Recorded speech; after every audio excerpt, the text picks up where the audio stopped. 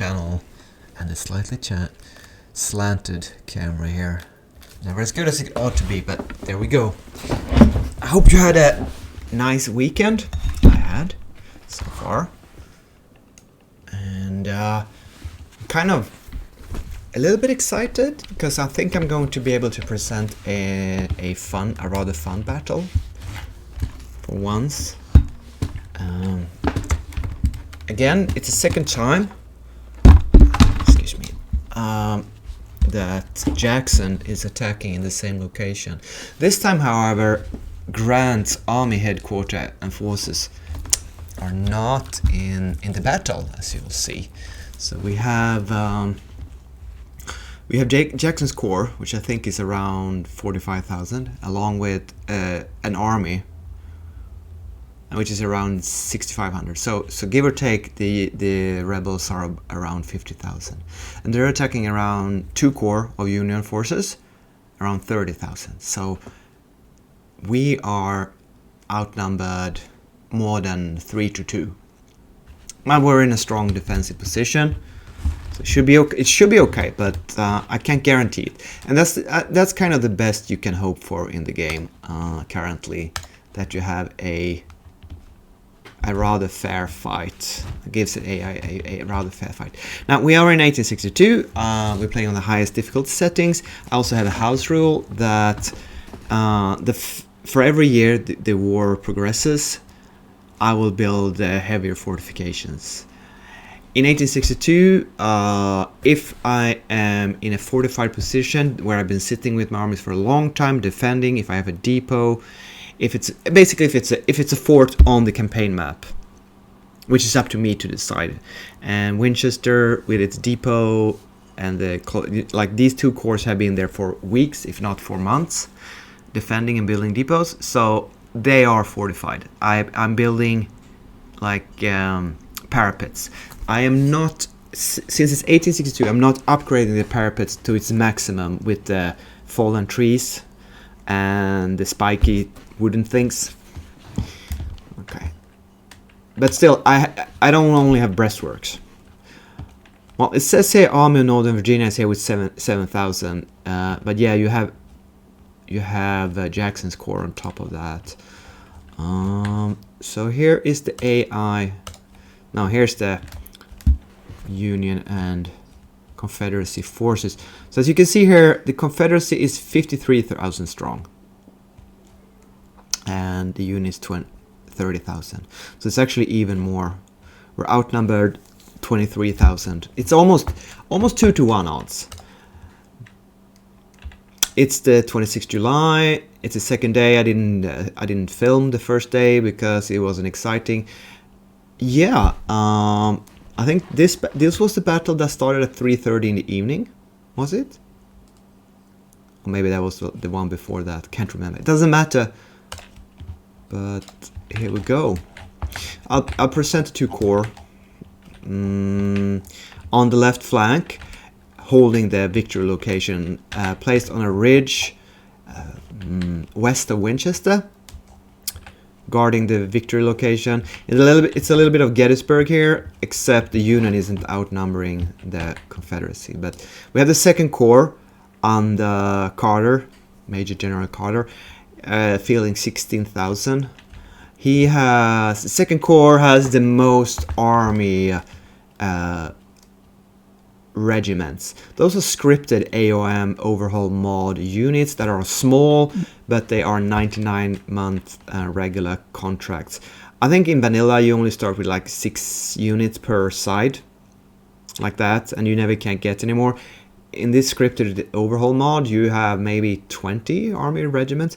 They're rarely better. They don't have any experience, and you give them the leaders and the armaments you want. So it's just that it's a bit of role play here that, well, 1st US Engineer Battalion, that they started with a level 3 perk. That was a bad example, but they're very small, 550. So that's a battalion. And down here we have the 3rd Army US Division. As you can see, it's a 5,000 strength division, so it's not particularly large, but they have a lot of different formations. and that's just because there are different regiments here. US infantry regiments. I have not renamed these. They're around 1,000. That's a fairly large one. That's probably one of the larger ones. They're usually like around 800 men, but it's good to see they can get up to above 1,000. Yeah, like 500, 800, 600, 850, and 850. All right. Anyway, also the 5th US Corps has some army regiments as well. When I started the campaign, I didn't know whether 1 year and 2 year contracts were gonna be disbanded when their period ended. It seems that's not the case. For some reason, contracts prolong. Like the first thing that happens in 1861 is you have 3-month volunteers. Like Lincoln called up 75,000 volunteers to clear out the mess after Fort Sumter. When that ended, which it does 11 days after the scenario starts in July 1861. They prolonged to a year-long contracts. And then I played all through 61 and 62 to summer 62, wondering, okay, so are these 12-month contracts, when they end, what's going to happen to these regiments? And I didn't feed them any reinforcements because I expected them to disband and go home. And I asked in the Steam discussion forums if that's the case, what should happen in vanilla.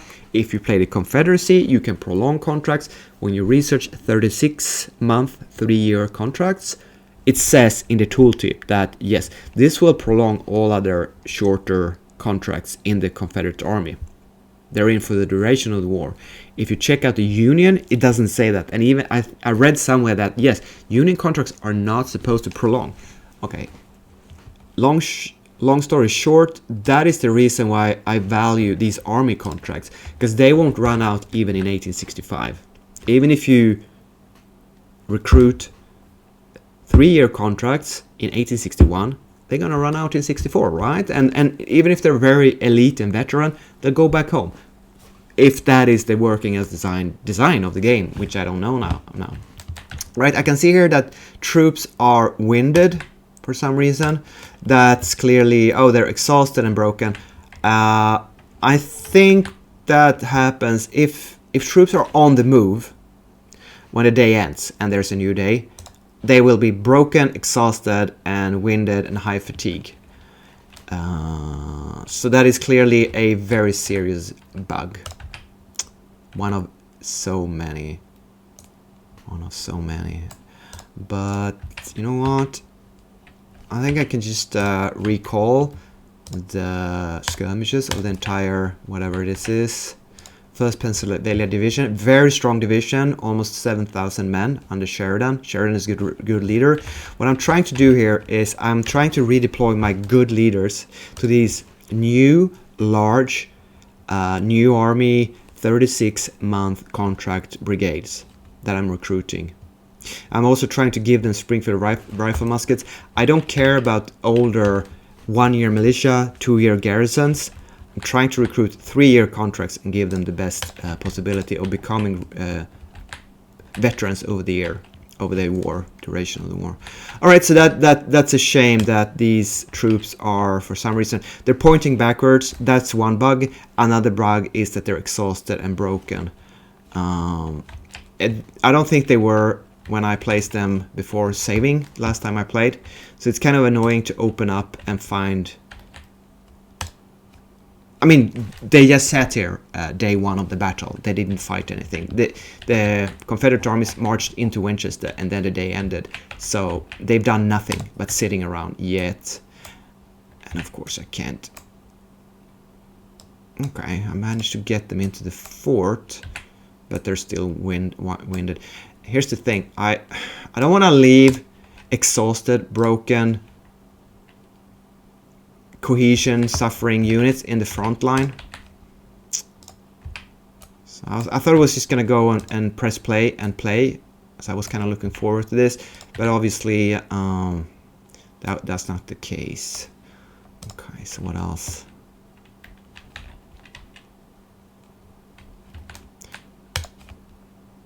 All right, it's mostly these units skirmishes here. No, this unit is also exhausted for some reason. Yeah.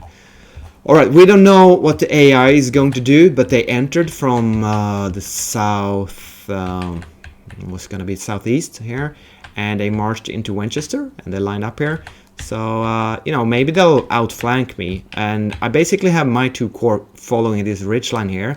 I get a very strong Gettysburg vibe, except that I don't have any reinforcements. Remember, I have these 2 corps, 30,000 troops. That's it.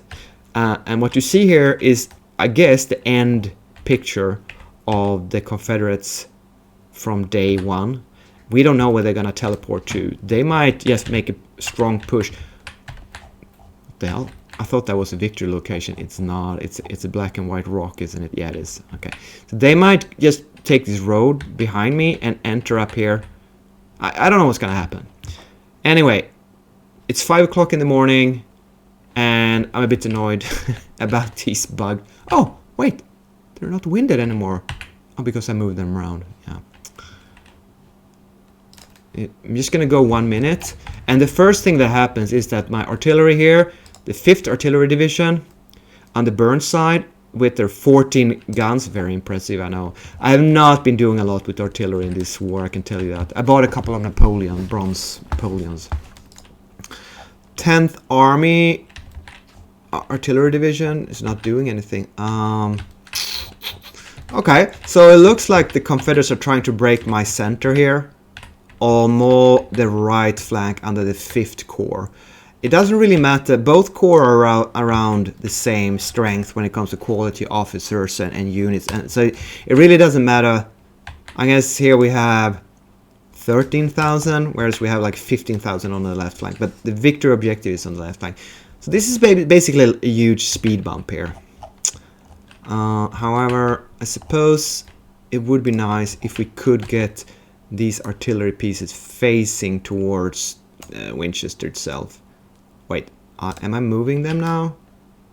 Yeah, I am kind of moving them. No, that's not what I want. I just wanted you to aim down that way. Oh, they're not even in oh, fuck. Sorry, excuse me. Yeah, they were in... Oh, wait. They might all be limbered now. It's a new day. No, they're not limbered. Yeah, I think I even gave an order to the Corps to have long-range fire, but I guess that's gone when you load, save and load, reload a save. So remember that, boys and girls. Always click in long range when there's a new day, and it seems also when you load in. That's not the worst like bug. That's more an interface. I can remember that, and you can give orders to utilize long-range fire to the entire army with just clicking one button on the headquarter. It's just it would be a nice default feature if it stayed during the entire battle, but I guess I shouldn't complain too much about that. Now I'm moving around my entire artillery here. All I wanted, can you see how they are in a line like they're limbered, but they aren't limbered? So that's another bug. One of the 25 or so bugs in the game. Okay, let's go.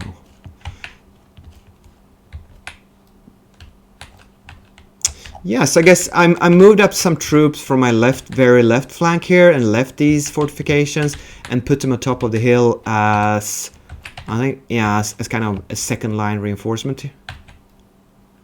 Wait.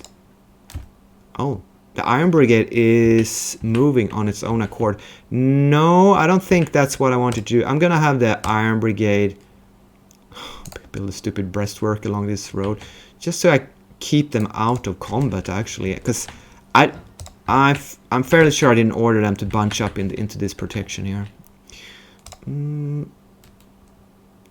These fellows aren't falling back as I told them to. These ones are. Yeah.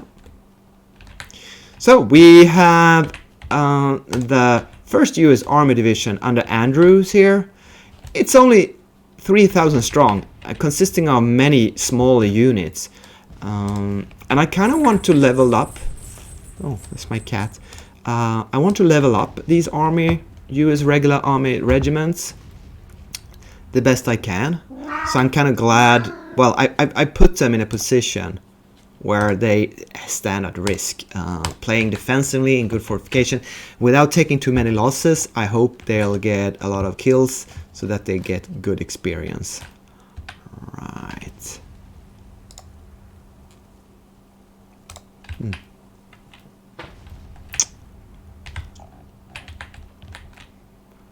Can I move up these division leaders? There's no reason for them to start. Even the core leader, I think I'll move him up here to the Richardson. Richardson is actually a good leader. He's an experienced core leader. I don't know if he was a famous officer in the Civil War. I don't know his name. I think I've heard of Carter. He's a 3-star experienced Major General, very good infantry. He's one of the best leaders I have, actually. It's almost as good as Grant. So at least we have very nice core command. Brigade leaders, we didn't fight that much in 1861, and we haven't really fought that many battles in 1862. There's been more maneuvers. So far, I don't have a bunch of good, qualified, experienced, veteran brigade officers. So this far in the war, I'd say the Confederate leader pool in the game favors them a bit. When it comes to experience, yes, I fought Stonewall's brigade before. I fought Forrest's brigade before. I fought B's brigade before. So these guys are getting some experience, as you can see by the stars on top of their icons. And they are very well repaired when it comes to 0 casualties. Oh, he's only up to 1,500. So it's not full size. 1,900. 2,000. They're quite large brigades. I do think the AI has a bit of an advantage when it comes to repairing both readiness, kind of the morale or preparedness of units on the campaign map, and the strength of their individual brigades. I find that even though I have volunteers available, it takes me a lot longer than for the AI to repair my troops, both rest up readiness and refill troop numbers. But that's the thing for playing. That's what you get for playing on hardest difficulty level, I suppose. But and also they are these guys are sitting in. They're sitting in Winchester, south of Harper's Ferry in Shenandoah. So they are inside the borders of Virginia, which makes them repair, resupply, rest and refit a bit slower because they're on hostile territory. And I do think my artillery has opened up here on this flank as well, which is good to see. I'm gonna send in their division commander here, Brigadier Keys. Yeah. So I said, not many units have gotten like a personality. I haven't recognized a lot of names, or like I have one 3-star experience unit. But it is this time in my Confederate campaign where I fought a lot of defensive battles versus the Union, like roller coaster charger in 61, 62. I had 3 and 4, maybe even 5-star brigades, quite a few of the starting brigades on the map, because they just trashed so many Union armies. Here, the Confederates is defending. I have a little bit lower AI aggressiveness setting this time. I'm actually on 2 out of 5, so they're 1 step less than medium aggressiveness, because I want to spare the Confederate AI from just attacking me, exhausting himself. I mean, after all, the best way for the Confederates to survive was kind of to dig in and defend, wasn't it? I know they tried multiple times to go on the offensive. That didn't really work out very well for them. So I'm not trying to make the AI weaker by making them less aggressive. I'm actually trying to make them as strong as possible that way. But I don't want them to be entirely passive and just sit around and I'll be able to outflank them. They are very responsive on the campaign map. And the campaign map is way more proficient in the AI than in tactical battles. They are actually, like, he sent 50,000 troops to attack my 30. That's not a bad attack. What's bad is that well, you know, he's actually, maybe he's kind of focusing here now. He is moving in more troops from what seems to be off map. Yeah. So let's see. The problem is, if he were to line up multiple echelons or like columns, he could wear these first regiments out, and then his second wave would break through, and he could get a superior numerical advantage. That's what a human player would do, because I am spread out. I barely have, and I don't have an army reserve here. I have some tactical local reserves, like one regiment behind the front, one brigade behind the front line. Yeah, I got that, but I don't have an entire division standing by to march to the sound of the guns or the breakthrough. So I am stretched here. So the AI would have the possibility of excuse me. Yes, my friend. But what I expect the AI to do here is just send in a blob of brigades at one point, not even protecting its flanks. I'll move out around skirmishes on their left and right flank. I like sally out of my fortifications, so I'll surround them on 3 sides and I'll shoot that blob to pieces. That's what happens in 19 or 20 battles with the AI. Also, I see a lot of waving, shaky troop units very quickly. I don't think Jackson's corps has recovered from the previous battle here in Winchester. Was it one in the 11th of July? That would be only 2 weeks ago. And even that's not enough. Like, look at this. It's 2,100 men unsupported moving in, right?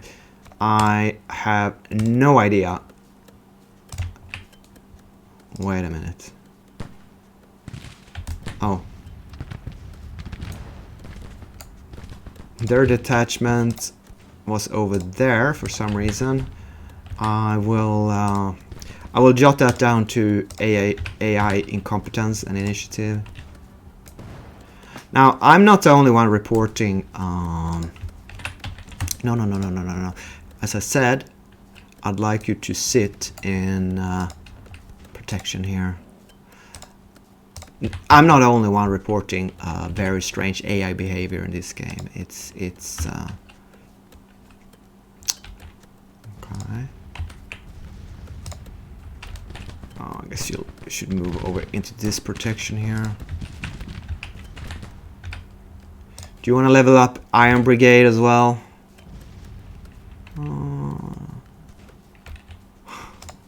So if they had been sitting in... Look, he's facing backwards. It's so clearly bugged. Do you know, there's actually people saying that, no, there are no bugs in this game. I wonder if they are trolls or bugs or just uninformed. Okay. Yeah, look at this attack. There must be a way to script an AI to not attack in this manner. It's entirely unsupported brigades. It's like I've seen. I never seen a worse AI in a game. Let me put it that way. It's I know it's a small team, but I mean, I said it before, saying it again. They're charging $45 for the game, and how much? No matter how much I want to support. Look, again, this detachment decided to go somewhere else. Then I asked it to go. Like, go sit in that protection I built you. Now, yeah, if this was $5, I wouldn't complain. But it's $45, and when you have an AI this incompetent, that's just it's not acceptable in my mind.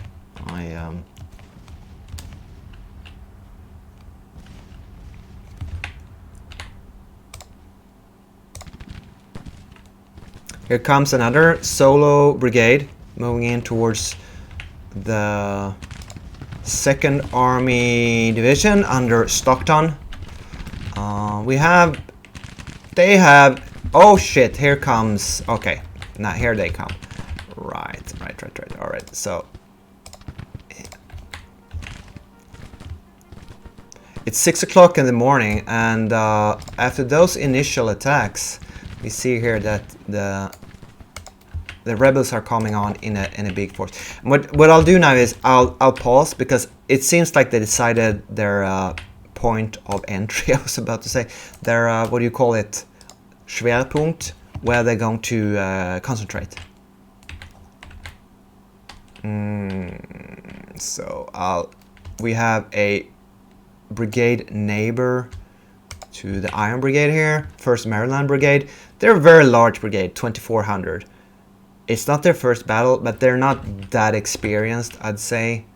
So we're sending them over as a reserve unit. It's fairly newly recruited, otherwise they wouldn't be this such a large brigade.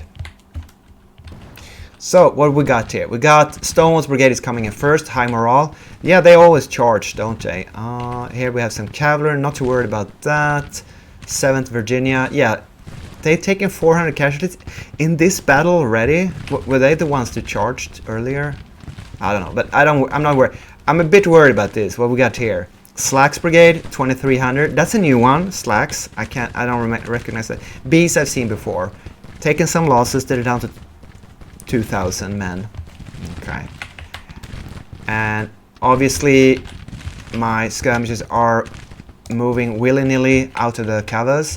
Instead of sitting inside the covers, they are moving around, showing flank, exhausting themselves, being generally retarded. But there you go. That's what can you expect? Now because they left their the position I ordered them into by their own accord, they ran away, and so we're gonna try to put them in here again, but it's gonna be impossible. And as I predicted, here we go. I'll just send the skirmishers on the flanks, and we're just gonna wipe them out. Maybe we'll have a second attack here on the right, my right flank. The problem is it makes the game very repetitive and boring and predictable when you just can sit back and do this over and over.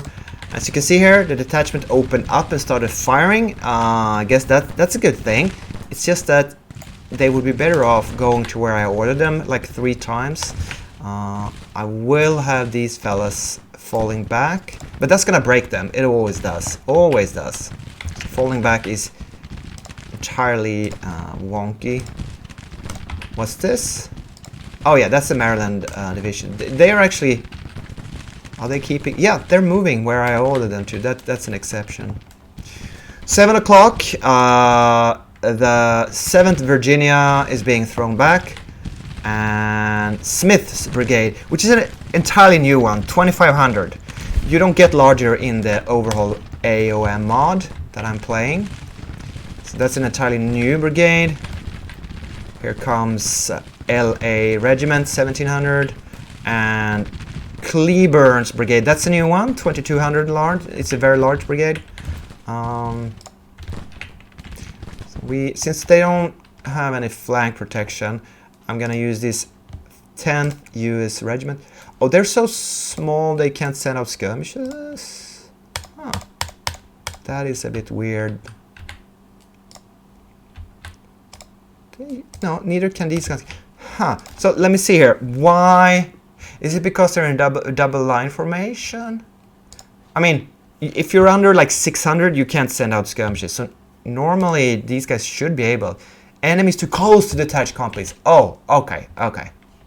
I should have sent out skirmishes earlier. Alright, well, that's fine. As you can see here, we don't really have any reserves. 4th US Infantry Regiment, 600 men. They're too small. Strength not sufficient for the detachment. So we can't really outflank these lads unless we ourselves... Maybe I can have them face towards the enemy here.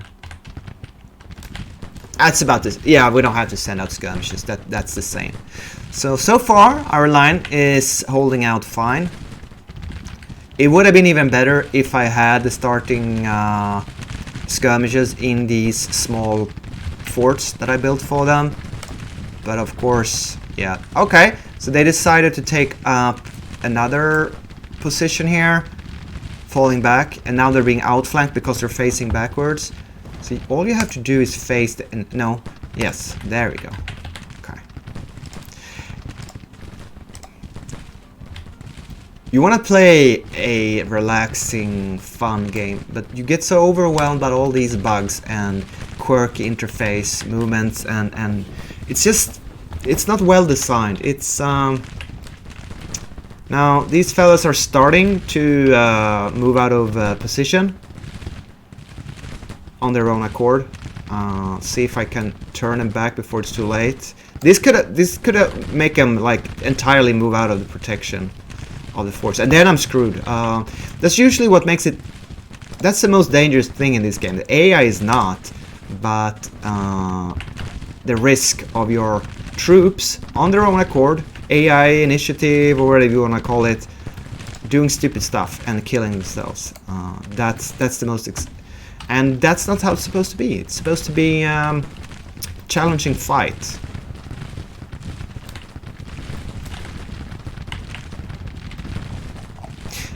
I guess we might reach 3-1 losses, which is very good. 2-1 is the normal, and that's a fairly hard-fought battle when the AI loses double the amount of your troops. And you can't win a war by consistently losing twice the amount, especially if you're the Confederate side.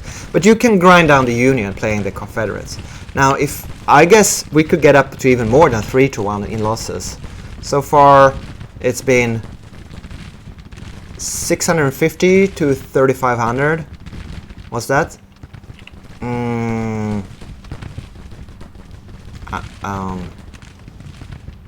5-1 losses so far, and that is with my AI skirmishes doing stupid stuff like moving the wrong way. Yes, this was gonna be a very costly frontal offensive, but it's just to be expected.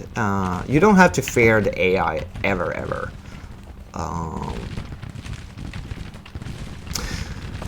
Okay, I could have played this without any fortifications at all, but I mean, come on, 50,000 over 50,000 versus 29,000. How much do I have to gimp myself? I mean, if you need to start gimping yourself too heavily, the game is just not gonna be fun to play. They have more reinforcements here coming in. And I guess that's what I'm saying. Until they improve the AI, this game is just not... I need to find something else to play, that's what I'm saying. But, you know, against a human player or a competent, semi-competent AI, this game would be excellent. So, like, I don't want to trash the game, but I have to, because it's worth trashing in its current state.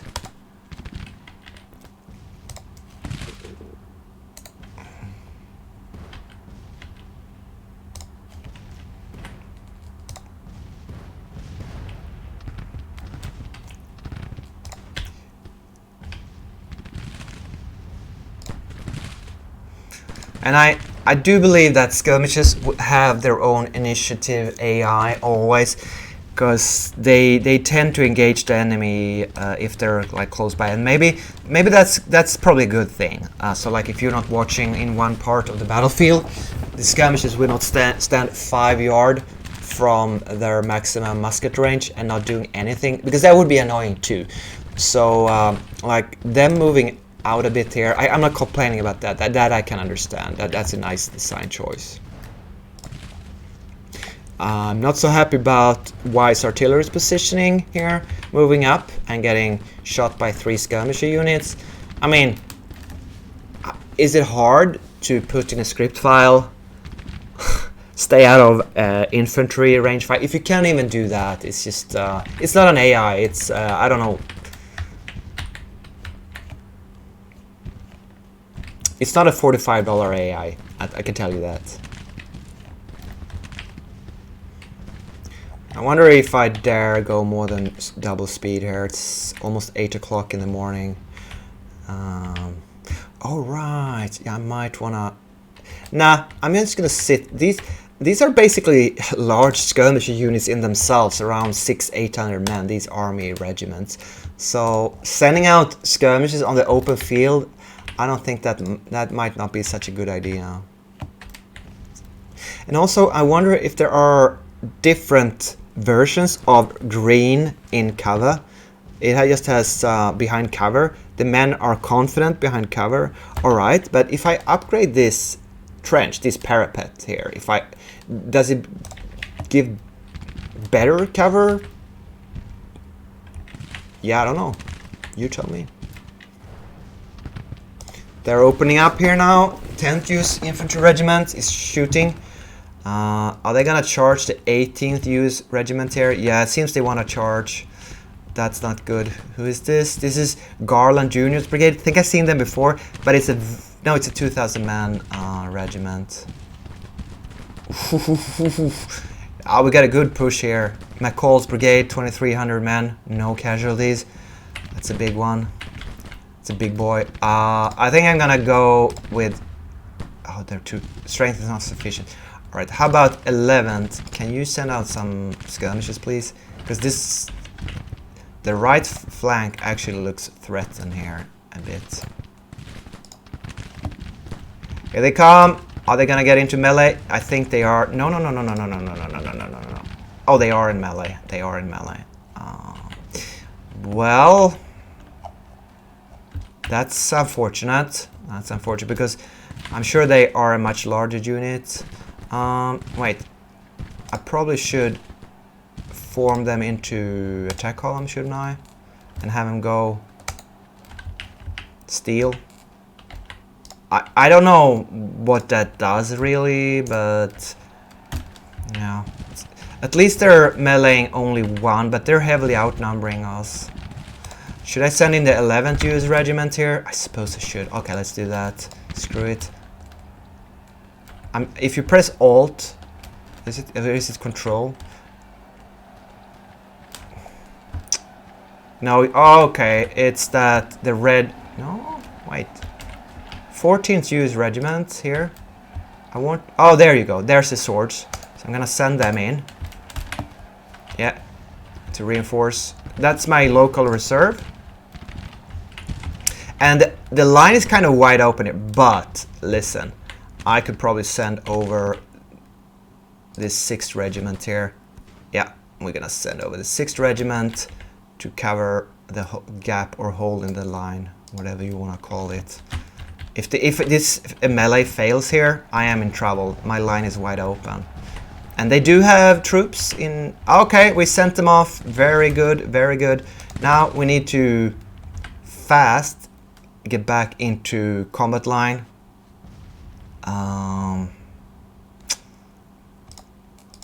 Do we have 3? Yeah, I think we have 3 regiments here. One that is in line. Okay, they need to get back. No, these guys are in formation, attack formation. Okay. These guys are in line. So I'll put them in there. And should be another one here. Another thing is like, who designed this where it's so incredibly hard to pick all except the top unit? Like, how are you supposed to pick the bottom unit here? This user interface is, yes, you can go next unit, next unit, next unit. So I'm gonna have them just move here. Just move there. All right. We got incoming here. Our Kershaw, you should push your luck here, Kershaw. You shouldn't be moving around whatever you're doing. Maybe they're getting scared. Yeah. If one unit routes, so this gives me a bit of time to fall back here in the center. It looks like the rebels are running, but they did a nice. They got into the line. Isn't that kind of Pickett's charge? 3rd Day, Gettysburg, 15,000 men marching up towards the stone wall on the top of the ridge. They get into melee, or like they get across the fence, but they can't quite make it. It's a bit of a reverse. It's an early mini Gettysburg here. Alright, we have more suicide cavalry here. Don't mind if I do, I'm gonna shoot it to pieces. I have very little, tonight I have very little empathy or sympathy for the AI. I might give myself a bit if I'm playing a battle 1-to-1 odds, but when they outnumber me this heavily, I don't think I should have to play on anything less than my best abilities. Well, there is the possibility of auto-resolving all battles, but then this game only on a strategic level is just not good enough to play. If you can't play these field battles, there are other games that are better. All right. I honestly think that's it. It's yeah, enemies retreating. 20 minutes. Okay. So I guess for 20 minutes we could try to grab some extra what you call it, experience.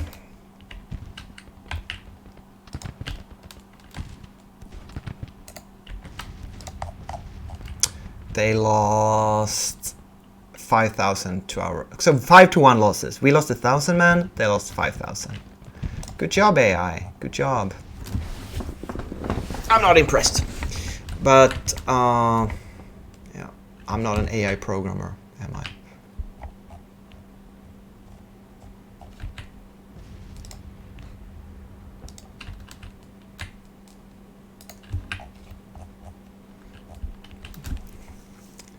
Nice one.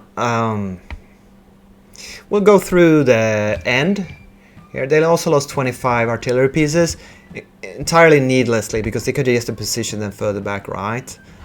We lost 0 guns, 1,000 troops.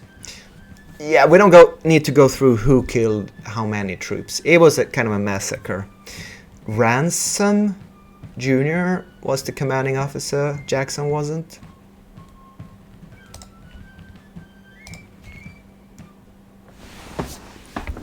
It was only a minor victory because we didn't reach 22%.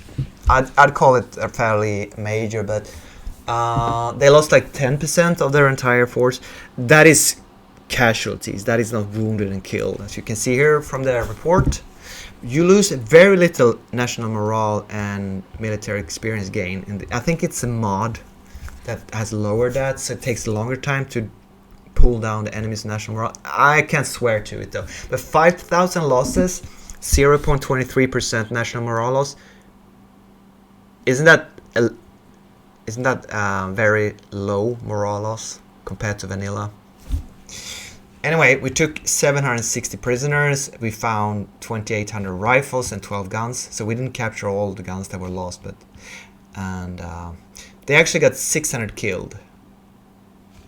It is very weird that we captured 829, but we only took 763 to the POW camp. What's up with the rest of the captured boys here? Are they wounded that we sent to a field hospital? Oh, I don't understand how the prisoner of war camp delivery is like 10% lower than the captured. Is that prisoner execution?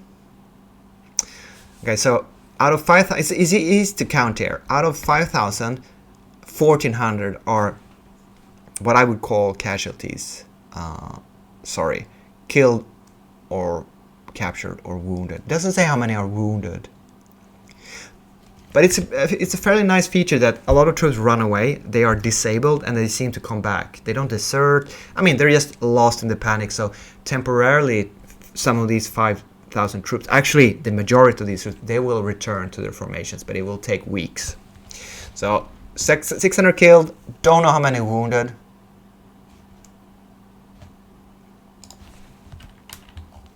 And to end here, we'll show you where this battle was. It was up here in Winchester. Jackson's score is now down to 42,000. Army of Northern Virginia, they only suffered 500 casualties. They're up to 7,000. So, all right, so I mean, they still outnumber me 49, 30, yeah, 3-2. They have 50 and I have 30,000.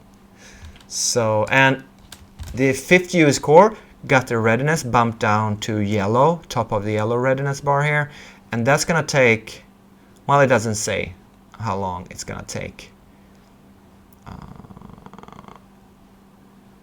But if I were to move into blue territory, into West Virginia, it will go 13% faster to recover. Sometimes it says how long time it's gonna take. So to me it's a bit weird that the second corps, they barely fought. Whereas the second corps, no, fifth corps was in melee a bit. I don't understand how the melee losses, they have 1,000 disabled and the fifth corps has 800 disabled. I'm just saying that the melee, where I had 3 brigades versus, or regiments, small regiments, versus 1 large Confederate brigade, that was from the US 5th Corps. I suppose that's why the readiness is lower on this corps.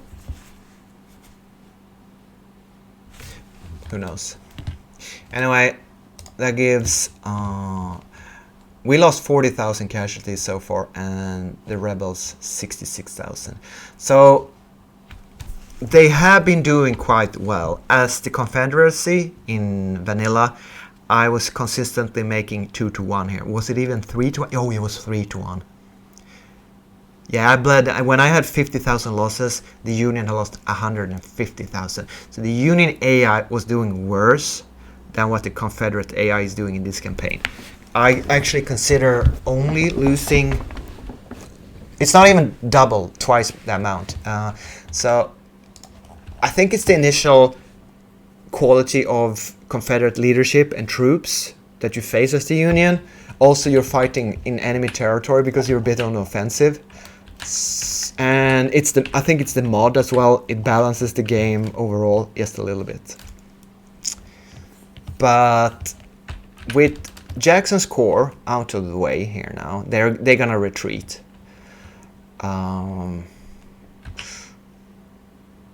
Grant here is returning up here in hope to reinforce. The last battle a couple of weeks ago, he was actually up here, say by the lumber mill, or well, about this far up. So that's a very long distance. That's like a full day of marching to get up here. So he was reinforcing with, I think, 27 hours. Yet he was on the map defending when the battle started, meaning Jackson fought basically 1v1. That's really, really bad. I don't want these army guys from the army of Shenandoah to be in the battle. They should reinforce 24 hours later. It's not a bug. Is it a random leadership role or whatever it is? So I guess Jackson was lucky to attack 2 to 1 now, but he was thrown back again. So maybe he should just sit and defend Richmond. How about that? I haven't decided what to do. This gives me certain opportunities, right? Second Corps is in great shape. They can go on offensive. Army of Shenandoah, they're almost in the green here. If I start moving them around, which, okay, I am actually moving them around, it's gonna wear them out. So I kind of need them to rest up. But I could use the third corps, which is fully in the green. That leaves me 22,000 plus 15. So if I want to attack somewhere with, what is it, 37,000, I could attack Beauregard here with 41. That would be a 1v1 fight. I'd probably win though, even if I'm attacking. Oh, he also has Army of Virginia, which I don't know how many corps are. It's 84,000, but Jackson's corps up there, 40,000, is a part of it. I'm 99% certain. But like, listen, if I attack, say, the remaining 40,000 of this army, and Beauregard, no, you know what? Beauregard might be part of Army of Virginia. Yes, it is. It says here. All right, so Army of Virginia, 84,000, in actuality consists of Beauregard's corps, 41, and Jackson's corps, 42. That's 83. And it's, yeah, 84. That's a rounding error. So this army headquarters is probably doesn't have any forces in it. So we will be facing only 41,000. I think that is what I might do. Send the 2 green corps down here and fight Burgord in an offensive battle.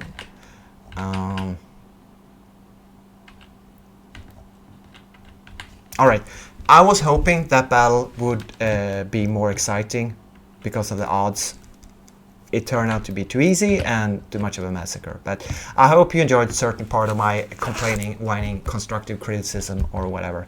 And also, I wish you a pleasant evening. I'll see you in the next one.